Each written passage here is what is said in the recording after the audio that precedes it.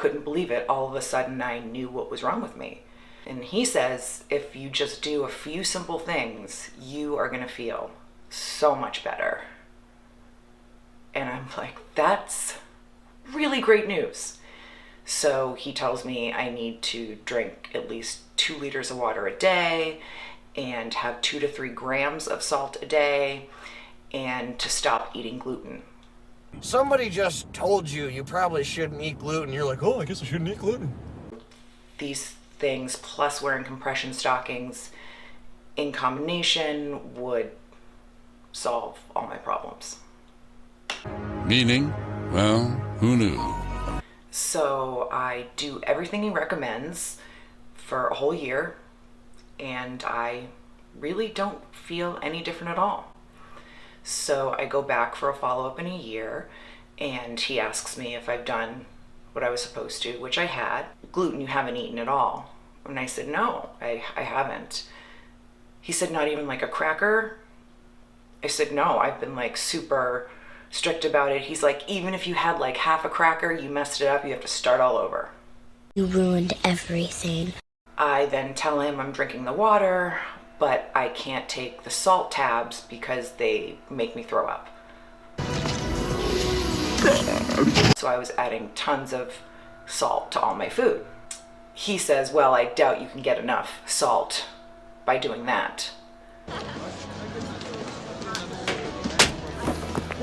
Now there are buffered tablets, which do not upset my stomach.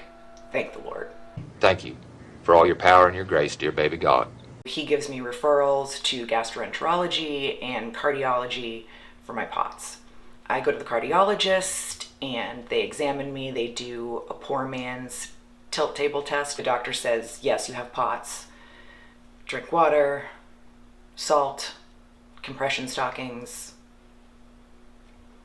So he had nothing else to add. You don't have a better bad idea than this? This is the best bad idea we have, sir. He said we don't really treat it, sent me home on my way. I make an appointment with the gastroenterologist. I go see him. Very surprised that he's not yet retired. Nice guy. He's like, I've been a doctor for 40 years, and all my patients, they eat the kashi. And the kashi with the fiber, and then they go to the bathroom and it fixes everything.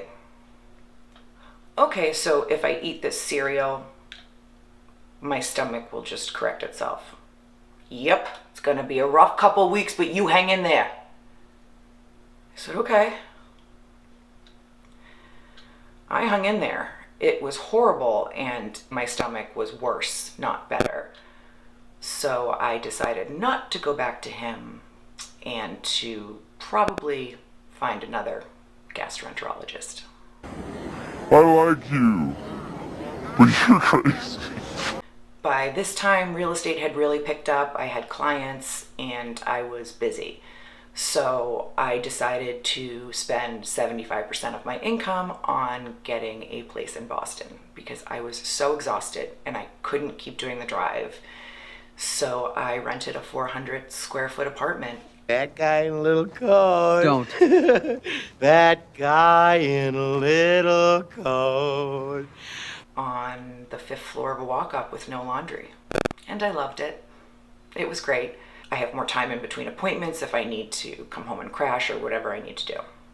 So I powered through the next couple of years and the dispensaries opened. So I had more access to choices, better sativas. So for 2 or 3 years, I was actually feeling a little bit better. But I definitely think that had to do with the quality of the cannabis that I now had access to.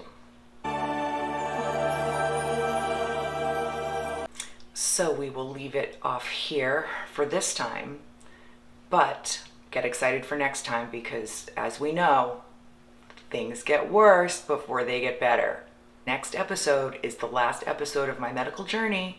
Thank you for joining me, Chronics. And remember, stay strong. You're not alone. Don't give up. And your symptoms are very valid and very debilitating. See you next time.